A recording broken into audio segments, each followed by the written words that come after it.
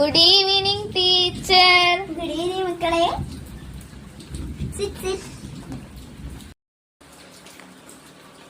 മക്കളെ ഞാൻ പഠിപ്പിച്ച മലയാളം പദ്യം പഠിച്ചോ? പഠിച്ചു ടീച്ചർ.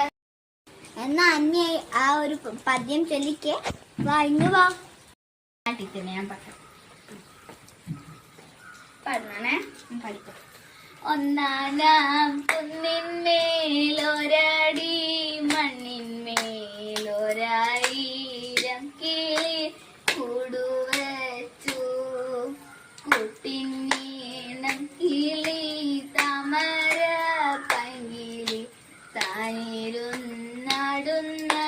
പൊന്നോലം തെങ്ങോല. ഞാൻ ഇന്നലെ നിന്നെ ഇങ്ങനെയാണ് പഠിപ്പിച്ചത്. എന്താ ടീച്ചറ്? പൊന്നോലയാണ്, തെങ്ങോലല്ല.